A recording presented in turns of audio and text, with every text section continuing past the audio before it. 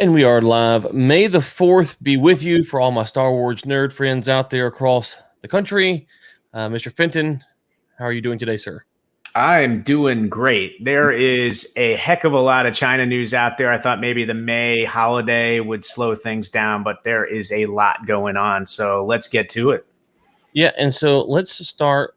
We'll start with Disney, but not necessarily with May the 4th and Star Wars. Let's start with Mulan. We hadn't talked about Mulan in a while, mainly because there's not been a lot of news, it seems like. But recently, the UK kind of stirred the pot again, kind of unpack what's going on there. And then, like we talked offline, does Disney have an argument, maybe not for the response, but for how the course of events rolled out? Yeah, it's a tricky one for me because the spokesman and the senior exec that responded to a letter from the UK Parliament about Disney's involvement in thanking all those Xinjiang province officials and the different entities at the end of Mulan. That spokesman happens to be also a very lifelong good friend of mine. So I'm sort of being a little sensitive about that. I also like when people were asking me about LeBron James back in October 2019 and the Daryl Morey tweet. I do once again have to say that people like LeBron, people like executives at Disney, they're simply doing what their job is that is dictated by the shareholders and investors involved with these companies. And LeBron obviously has lots of investors involved with him on endorsements and all this kind of stuff. So they're essentially carrying a party line. On top of it, if they actually do what we want them to do, like we've said before, they just become simply a sacrificed lamb in the situation. There's just no ability to address CCP influence and do any sort of constructive change about it. As a lone wolf. It has to be as a unified front. So I'm watching Disney's reaction to that letter that went to them. What to me is more pernicious, quite frankly, is the fact that the exchange between the UK Parliament and Disney over this Mulan controversy over the past week has not been covered whatsoever in the US press. That to me is simply Disney's ability to cover up things through a very strong PR division. But I do think that works against us as Americans. There should be a conversation about this. I am not blaming Disney in this issue. I am blaming the fact that the nation and Hollywood as an industry and the partners of Hollywood are not backing Disney to be able to say, we are sorry about what happened.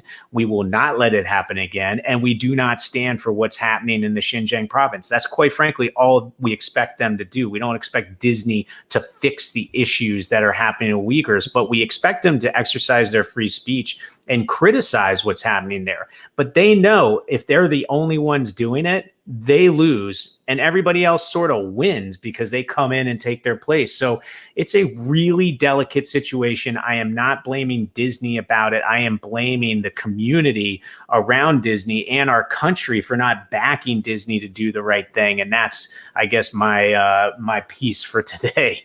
Okay, so this is the problem that Disney has, though, is if you look domestically, they fired Gina Carano from The Mandalorian.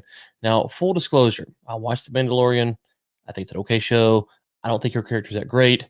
I would have been happy if they would have removed her from the show because I didn't really care for her character. That has nothing to do with her social media. I don't really care anything about that. But they fired her for her social media stuff.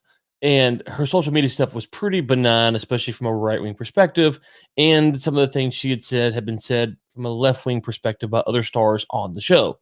So that being said, it's hard to hear what you're saying and go, well, I'm going to let Disney off the hook because they do take these stances here in the U.S. And now that they're getting a ton of blowback, they're having people cancel subscriptions and people threatening to boycott and all this stuff. And so they do those things already. And so I hear what you're saying. And I know what you're pointing to. There's this pressure for them. They're going to lose stuff. They have their park in Shanghai. They have all these things, but they make these stances in the U.S. And that's why we can never get this support that you're talking about. Is because these companies already make these stances in the U.S.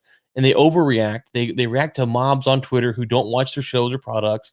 And then when there's a real issue, they won't stand up for it. So it's really hard, I think, to say that you want everyone to collectively get behind them when they already are drawing lines in our own nation. So if they're drawing lines outside of our nation, maybe they could get that support, but they're drawing the lines in the U.S. And again, Carano's stuff, if you go read what she actually said and her and how she's addressed it afterwards, I think some of her comments show that she's probably more naive about how social media works. That's fine, but they took a stance on it, and so why can they take that stance, but they can't take the China stance? And that's the question they have to answer. Well, and the Carano, I'm very tight. I don't know Gina at all, but I'm very tight with the Carano camp. In fact, I started the William Morris Agency with somebody that's works on her team, and I can tell you there was definitely an ignorance there. There are people that happen to be Jewish that are still working with her because they believe she's not an anti-Semite. Anyway, there's a lot of nuance. What she said, I don't know how it could be taken anti-Semitic. Well, it's the way it was. She treaded into something in this day and age that somehow is completely polarized and not something that you can talk openly about. And I don't even want to tread into that space. I'm going to tread in. And by the way, I've turned down a lot of media hits to talk about this hypocrisy of China versus the cultural sort of fabric warfare that's going on here in the country. And it's hard for me to dive into that conversation because there's so many sensitive touch points. And I really want to be constructive about the China issue. That is my lane.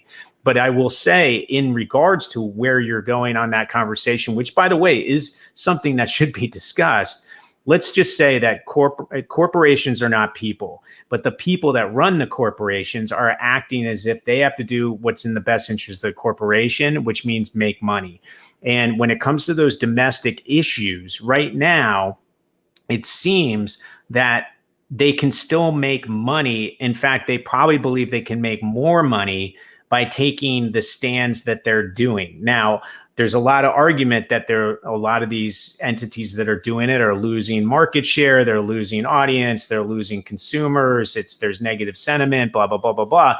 Until that really starts to impede revenues and profits, I think you're going to see the belief that by taking these stances, that means more money for the investors and shareholders, right? Whereas on the China front, if for some reason taking the right tone, taking the right messaging, taking the right criticism directive against what's happening in China actually made these companies more money, I think as corporations, they would behave the way we wanted them to do. But in fact, the opposite's occurring, or at least the belief of the opposite will occur if they do the right thing. And that's why I said, even on China Uncensored this week, about LeBron James. Like, I do think if people look a little outside of the box and stop thinking about China so much, there's a stance that is similar to Muhammad Ali, where suddenly LeBron James, by taking a global stand on something that is definitely a human rights issue,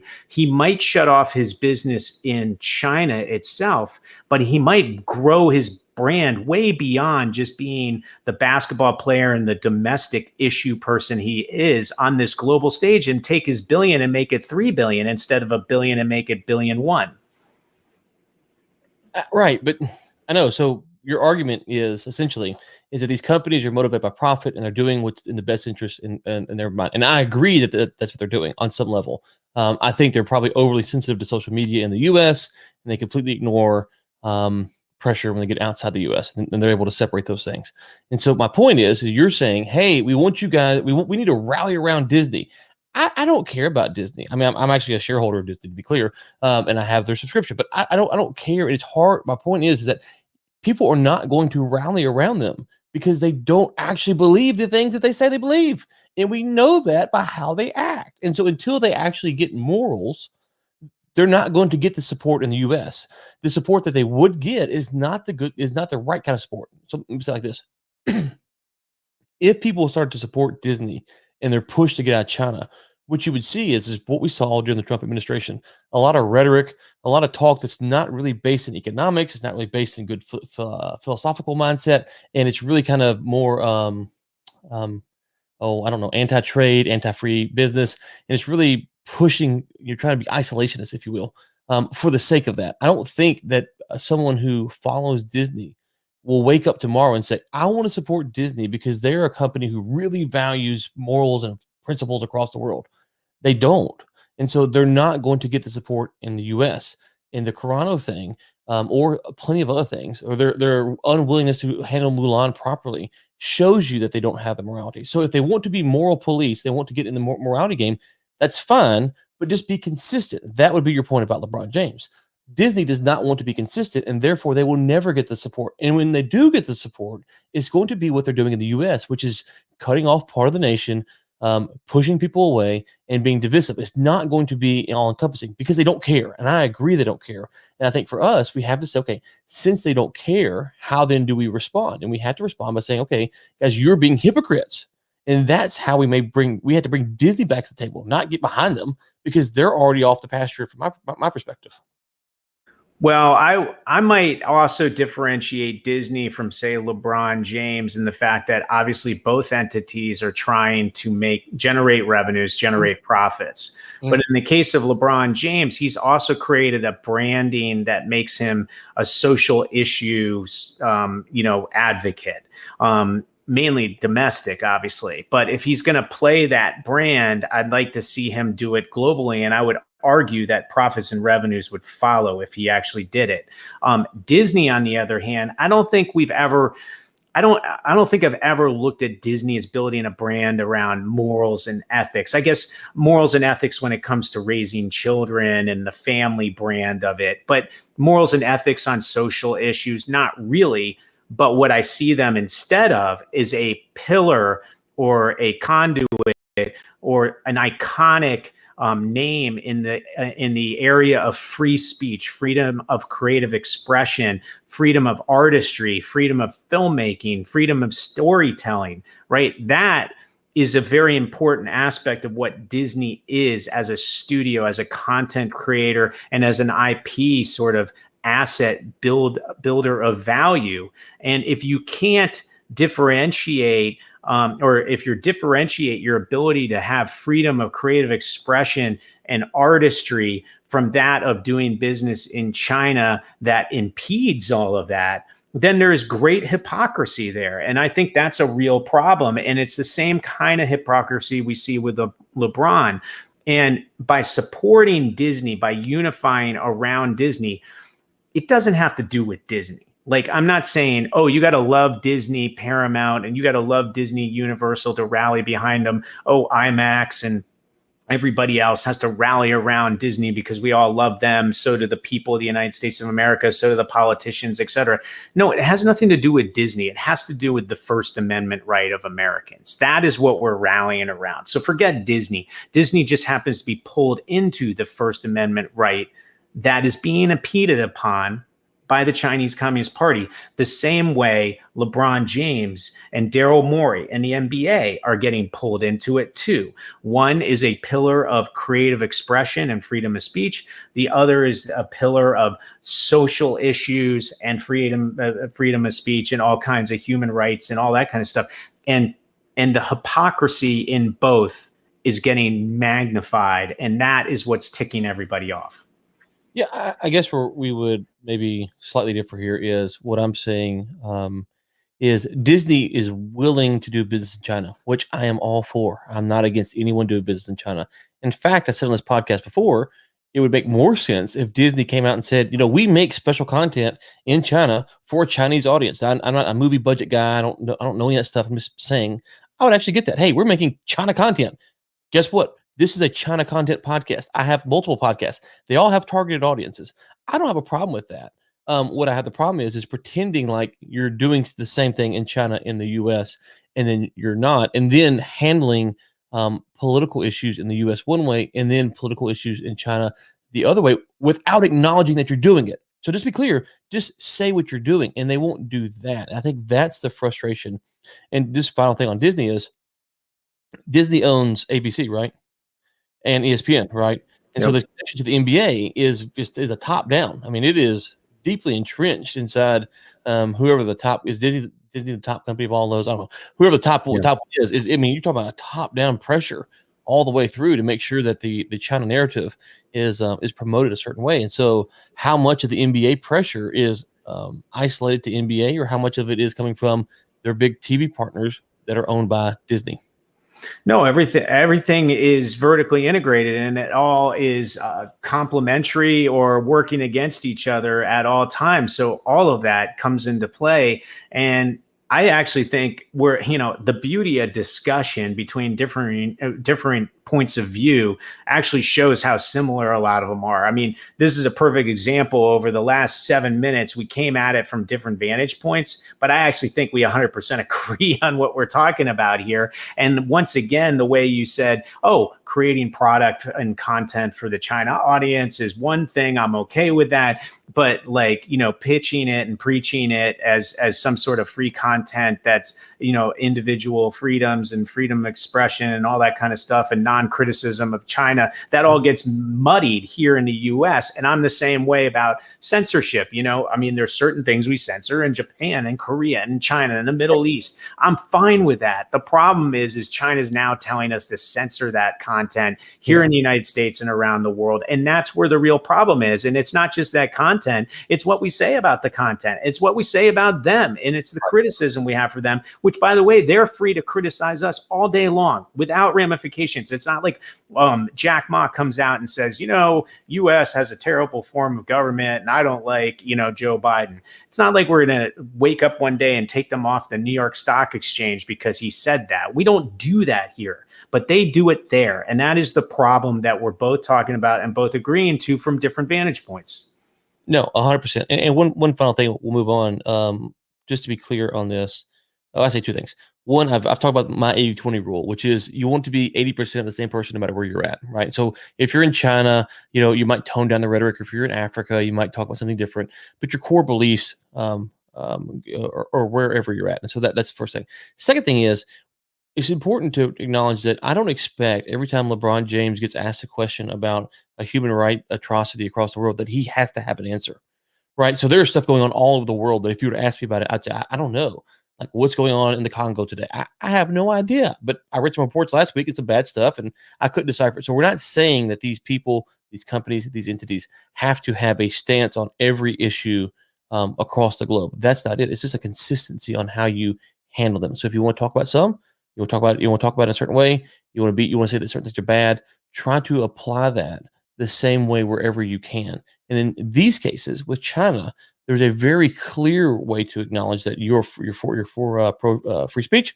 That's very good. You're against slavery. You're against potential genocide. You're against how people are treated badly. That's very clear. This is not an obscure thing that's hidden, that's hard to figure out what's going on. These are very clear issues. And, oh, by the way, they have business interests there. So I'll give you the final word of this. We'll move on. Yeah, no, I'm 100% with you. I mean, the people that should be aware of all these atrocities all over the world and care about them and have policies, that's probably President Joe Biden and his administration and a handful of people in the U.S. government.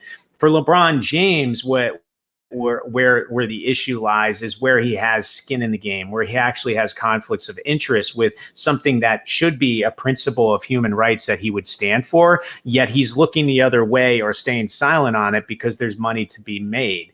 And my argument is in those areas, he should be very vocal about it. Now, another thing is somebody brings up, hey, the fact they're clubbing seal pups in Antarctica, he doesn't have any sort of business interest there, but somebody might make him aware of that. And he might go down there and visit it and see it firsthand by terrible fishermen and decide, hey, I'm going to make this a cause that I want to get behind, even without skin in the game. And that's fine. But I'm not going to say, oh, why isn't LeBron saying anything about that?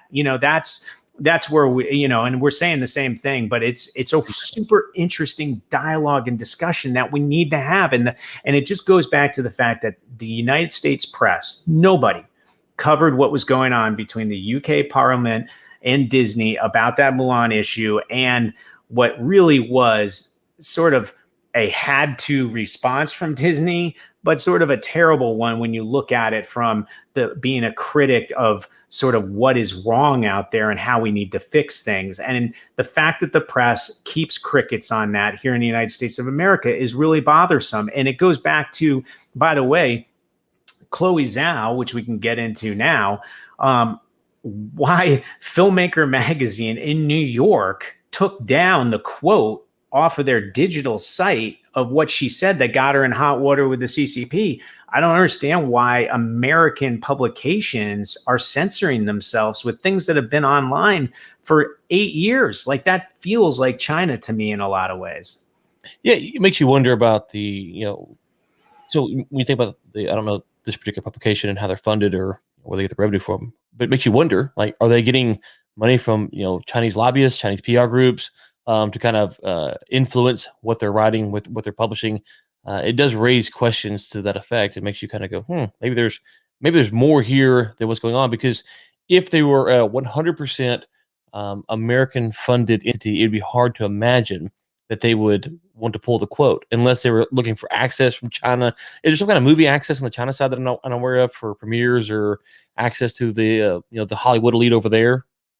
Are there different websites? Are there different trades for that? Well, I know, like in the U.S., there's often criticism of like Hollywood reporters that some won't be critical of certain filmmakers or whatnot because they want access to the director or stuff. So could it be an access on the China side? It's the same reason why ESPN or basketball journalists aren't critical of LeBron James, right? They want access to him, and that muddies the ability to be a good journalist. I'm saying, is there some kind of access on the China side that the U.S. would want if you're a reporter? Is there people or actors or directors over there? I'm just trying to think of what would be the reason to take it down. If it's not money, then access would be the next thing. So what would be the access that you'd be losing? Right. Well, I mean, the fact is, if you're critical towards China and any sort of high profile Chinese artist is aware of that, or their people are aware of that, they're not going to talk to you because they're going to be scared that they're going to get pulled into whatever that controversy is too. And quite frankly, the CCP might say, hey, just because you're talking to that entity makes you just as guilty as the entity that's saying something critical about us. One quick thing here. Before the Chinese former champion now in the UFC, the 115, fought, Rose Namajunas come out and made a comment critical of communism, and that was kind of a big deal. The U.S. media really played it up because he was attacking communism and all this stuff, and I never really heard much from the Chinese side about it. And I don't know if that's if that just kind of got swept under the rug, but it was interesting to see how many of the mixed martial arts reporters were really on Rose for what she said. Now, I didn't hear the full quotes. I heard some snippets. It didn't really sound like it was that big of a deal. And when she clarified, she really didn't back down. She was just saying, this is, I came from Lithuania, from communism. Like, I'm not a fan of communism. But it's interesting to see, because you would think that the MMA media has no real connections to China, because mixed martial arts in China is really not a thing that's been around for on the scale of the UFC for any substance. I can't say the word substantive time. But yet they were quick to kind of defend the Chinese side. I thought that was interesting. Well, and I want to go back to one thing that you brought up, which is like, where's the money coming from with some of these platforms, some of these publications, and is there an influence from an outside entity, i.e. the CCP, when it comes to China discussions? And I tweeted out a Josh Rogan, the author of Chaos Under Heaven, interview. It was a 3-hour interview, and if you listen to a whole Joe Rogan interview, you realize that you got to sort of digest it over as they're having cigars and drinking and all that kind of stuff. But it's really, really interesting, and I'm a huge fan of Josh's book, so it was interesting to get some extra color behind it. It was almost like a bonus DVD type of special. And one of the things he brought up, he talked about, and he does it in the book too, he talks about that Daryl Morey tweet and what happened with the NBA, and how Adam Silver enlisted one of the most powerful owners in the league, Joe Tsai of the Brooklyn Nets, to figure out, okay, well, what's the messaging that we want to do here on behalf of the NBA? And then, of course, he talks about Joe Tsai's ties to the Chinese Communist Party and Alibaba, and the fact that he's a big sort of patriot to China, and how that person designating them as one of the spokesmen in it was actually simply like designating somebody from the Chinese Communist Party itself. And if you look at some of the quotes that Joe Tsai said after that geopolitical event, it all makes sense. Now, pulling it forward to current day, I saw that there is, and once again, we talk about how Asian hate has no place in what we're discussing on this show or what we discuss about China in general. We have an issue with the Chinese Communist Party and their encroachment on things that, as Americans, we hold dearly, and all the other sort of rebalancing we need to do between the two countries. This is not about Chinese people, and this is not about Asian hate by any stretch. But I saw this huge new foundation that's and I forgot the name of it. I got to look it up, but it's all this money that's pouring into this anti-Asian hate forum, and they're going to promote this throughout the United States. And one of the big donors happens to be Joe Tsai, and also who's the former Yahoo Jerry Yang of Yahoo. That's concerning to me because, as we know, the Chinese Communist Party is trying to tie together this terrible sort of thing that's happening in society in very sort of small doses, but in terrible doses, which is this Asian hate narrative. And they're trying to tie that towards being tough on China. And if we conflate the two, then we're going to have a real issue dealing with China. And both of them are very different, and we got to keep them separate. And the Chinese Communist Party does not want us to keep them separate. They want us to muddy the water so that it really hurts the ability to unify around that cause. Yeah, and I'll throw a monkey wrench in all that. I was on at least one or two calls last year. I guess it was last year, with Chinese Americans who were either Chinese nationals who were living in the U.S., and they were trying to figure out how to handle the government when the government approached them, because they were getting it targeted at such a high rate. And it's, to me, the one frustration of the whole narrative here is how that story never really got its attention. That last year, especially, and I think even back in 2019, that the federal government was cracking down on Chinese nationals and really doing a lot of things as a libertarian that I would found egregious, whether it was Chinese nationals or U.S. citizens, as far as how they were detaining them, how they're questioning them, search and seize, all that stuff. And so that really never got its day in the public spotlight. And I've always found that interesting, that story kind of got swept under the rug, that the government was really pushing this top-down crackdown on Chinese nationals, potentially violating their rights.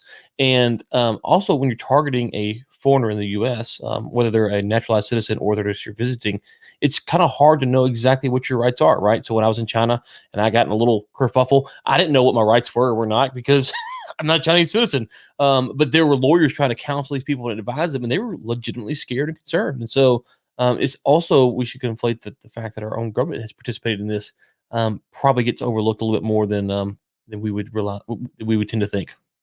Yeah, 100%. And then on top of it, I mean, going back to Joe Tsai, I don't know exactly the extent of his ties to the CCP or the PLA or any of that kind of stuff. I do know Josh Rogan's done a lot of research on it. I believe a lot of sort of the circumstantial evidence that he presents, that there are very strong ties there, and there's a very strong influence on what Joe can and can't say from the CCP, and also from the business interests that he has that are conflicts when it comes to defending free speech rights of Daryl Morey versus how much money the Brooklyn Nets can make in China. I just wish, and by the way, I don't want to stifle Joe Tsai's freedom of speech here in the United States of America. I mean, that's one of the great things about him moving here and having those abilities. But I would like, almost as if, you're on CNBC, you're talking up stocks or whatever on the side there. It says what your conflicts are, whether you're invested in one or not invested, or whether the fund you're involved with has conflicts or whatever that is, so that people can decipher whether they want to listen to that advice or not. With Joe, I think it would be smart for him to come out and say, hey, look, I'm super, attached to certain parts of the Chinese government. I made a lot of money over there. There's certain things that I'm biased towards. Here's what I say, but I want you to know that I'm biased because of X, Y, and Z. Quite frankly, I'd respect him a lot more for that. And I would go, oh, well, that's an honest opinion because he's giving me, disclosing some of the angles and biasness that he comes into play with when he says that stuff, and allows the American public to digest it in a way where they go, okay, that's an interesting point of view, but I know where you're coming from, versus, oh, he's just the owner of the Brooklyn Nets. I don't even, he seems to have an Asian name. I don't even know if that's Chinese, right, or whatever. So I'm just going to believe him by everything he says because he's an American like me. I think there needs to be some disclosure, and I wish guys like Joe would just come out and say that, because they might be even more effective with some of their messaging if they're just brutally honest about any sort of influences they have. Okay, probably time for one more story. Blinken, I think, was on 60 Minutes this weekend, the night, whatever it was. What was your takeaway from that? Yeah, I was on BBC literally hours after that interview. I thought it was fascinating. I mean, I know we're running out of time, but he covered the fact that the U.S. doesn't want to contain China, but they definitely want to make sure they mitigate some of the aggressive behavior, blah, blah, blah. So that was sort of an interesting sort of diplomatic way of talking. They don't want hot war, which, by the way, you and I don't want a hot war either. They want China to be a rules-based society like the United States of America. That's obviously something that we've been talking about quite often, about rebalancing the relationship between both countries. Human rights, he brought up Cold War, the fact that we don't want to slip into that. He brought up the trade war and the fact that we do need to rebalance the relationship. The dynamic is completely lopsided. He also, again, spoke up on behalf of defending Taiwan in the situation. He talked about bipartisan support on this effort against China. He brought up trade secrets, IP theft, tech theft, which were all Peter Navarro, obviously, bylines, and Matt Pottinger back in the Trump administration. And the fact that they're subsidized over there to compete unfairly with the United States, and they do a lot of economic theft.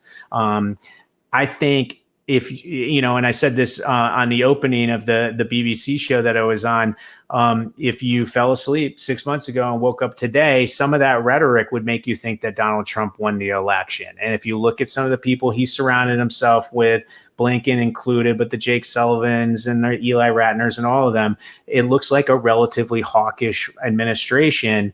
And I think it woke up a lot of people to the fact that there really is congressional support to take a tough stance on China, as well as an administrative, stance. So the question is, where is the business lobby going to fall in this? And we know right now where they stand. It's going to be interesting to see whether they come onto the side of where the government tends to be moving towards, or whether they keep battling in Washington, D.C. over this. Yeah, it's been interesting to watch, because some people have tried to argue that the Biden administration's handling has been a little bit more different than maybe it would seem. I'm not entirely sure I buy in to that as well. I tend to think closer to what you're saying, which is we've had a continuation of what we saw in the Trump administration, which is interesting because the argument from some of the left-wing critics during Trump's administration is that his policies were going to hurt U.S. Farmers or steel producers or whatever through the tariffs, and we had to subsidize. And yet Biden hasn't lifted a lot of that stuff. And so you've kind of had a continuation. And so this kind of goes back to one of the things that frustrates me is, if it's good policy, it's good policy. If it's bad policy, it's bad policy.